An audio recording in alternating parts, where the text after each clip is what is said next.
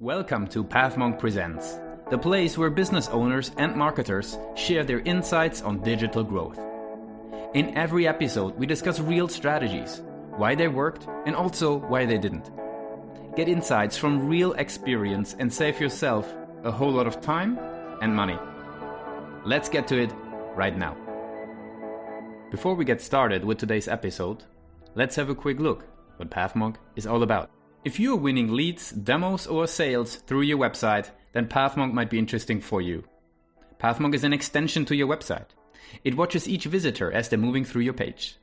And it builds up their interest in your product or service in real time to deliver a great uplift in conversions from your website. Usually, the buying journey can be divided into stages: awareness, consideration, and decision making. Pathmonk figures out in which stage a given visitor is by watching every action that they do on the website. And it provides them with micro experiences, such as notifications, case studies, introductional videos, helping them to move to the next stage in the buying journey towards a conversion. Let's jump into today's episode. In today's episode of the Pathmonk Presents podcast, I'm here with Abhishek Sen. He's the co-founder and CEO at NumberEight. And today we're going to be basically learning all about, how NumberEight is looking at user context, leveraging AI and sensors in mobile devices to just drive growth. And today we're going to be curious to learn what NumberEight is all about in detail and who is actually benefiting most from it. So welcome to the show, Abhishek. Good to meet you, Lucas, and hope you're safe wherever you are. Thank you. Likewise. Give us that 360 overview. What is NumberEight all about? Sure. NumberEight is a mobile contextual data platform. And what does that mean? So it means we are operating the mobile advertising space initially. So we leverage sensors from mobile devices, be it smartphones, watches, glasses, so on and so forth. And we convert all of these raw sensory data that are present into contextual moments. So what is Lucas doing at a given point in time? Are you working, relaxing, commuting? These are moments that we can predict using our AI software that runs on the device. And then we can also then package them into audiences. Very importantly, all of this happens on the device, as I mentioned, and it's ID-less. There is no identifier associated. So all the news you would have heard about cookies and IDs going away, etc., it doesn't affect us. And if anything, this is the future of what mobile advertising will be looking at. But it doesn't rely on IDs, and it's actually privacy conscious as well. So that's what we are building at NumberEight. Super, super interesting. Maybe tell us a little bit about, what types of scenarios is that contextual understanding especially beneficial? Like, is that specific types of ads companies that are using Sure. Notification? Maybe tell us about how the uses actually turn out to be. Sure. Our customers are actually going to be the likes of apps or other ad tech providers who have who already have their software in other apps as well. So what we would do is that, let's say, for example, Nike as a brand would want to reach joggers to sell a new pair of sneakers. We would facilitate joggers as an audience for Nike, but we won't actually have any IDs associated with it. So that from the user side, there is no IDs being shared. So there's no identity being actually shared. But Nike as an advertiser gets value that, I can read joggers who are not just habitual joggers, but who are also jogging right now, who just finished a run, and so on and so forth. This is what we call as unbiased behavioral data that doesn't rely on surveys. And, if you think of from a marketing point of view, a lot of data still comes from panel surveys and user feedback studies. Behavioral data is completely unbiased. And that's, in essence, what we are facilitating with our solution for the marketing and ad techs. Super interesting. I mean, in the show, it's been recently coming up, obviously, quite a lot, right? The cookieless world is in front of our door, and interesting solutions that tackle any type of challenges that are there at that space are super interesting. So, okay, makes complete sense. You're getting behavioral understanding, contextual understanding, and then there is basically user groups of specific interests, it sounds like. That will be, okay, very cool. Who's reaching out to you guys? Like, which type of, is that, like growth marketers, that like a CMO, like who is saying, or is that even founders that would, reach out to you guys? It depends on the size of the company, of course. A few players who are early stage, it'll be the founders or CEOs or CTOs reaching out to us. And sometimes what will happen is that directors of product or strategy directors from media agencies, because we have different sectors of the market we look at.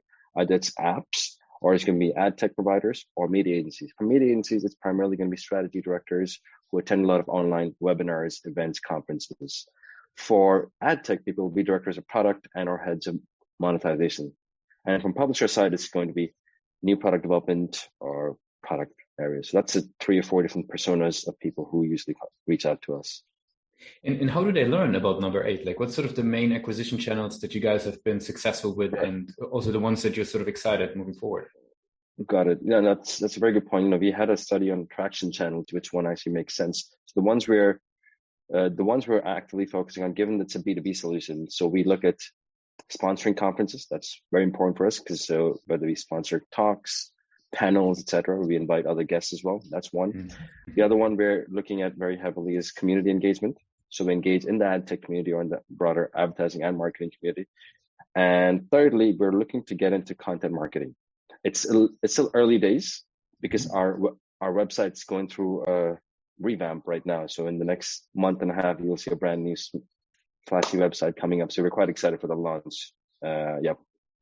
So those are the 3 main channels that we're seeing a lot of inbound from. And what role? I mean, you mentioned the website there. You as a as a founder, you have a lot of things on the plate, obviously. Like, what role does the website play in your mind? Like, I mean, you're doing a revamp at the moment, but what role do you see for it? That's a very good point. The website, the reason why we're going to be investing in content marketing, because the technology we're bringing out is very new to the market. The whole idea of being able to target and reach people in the moment, and on-device solutions, ID lists, that's very new for the entire marketing world, really. I mean, if you think of what advertising been used to. So there's an element of masterclass videos and content that we want to put out on the website that will just be education, really. So that's where we want to almost have people come to our place to learn about how is edge computing going to impact your privacy first advertising campaigns? How are you going to do ID list campaigns? How are you going to run on mobile in-app campaigns? All these things, we want to basically give information because there's so much to actually share and given the confusion in the market as well right now. So yeah.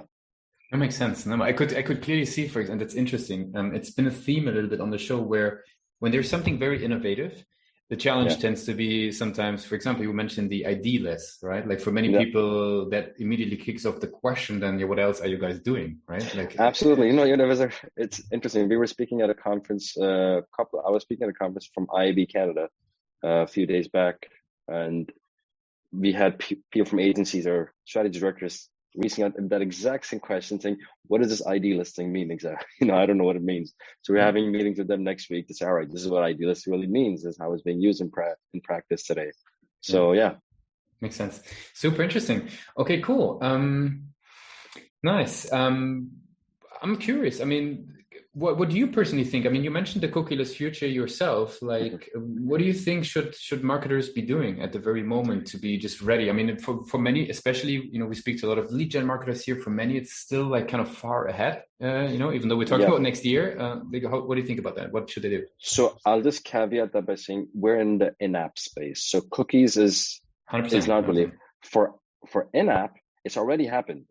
Because Apple released the changes last year. So if you think of all mobile iOS inventory that goes out for ad requests, there's probably a 25%, if you have an iPhone user, you'll probably see the pop-up on your iOS device say allow or not allow tracking.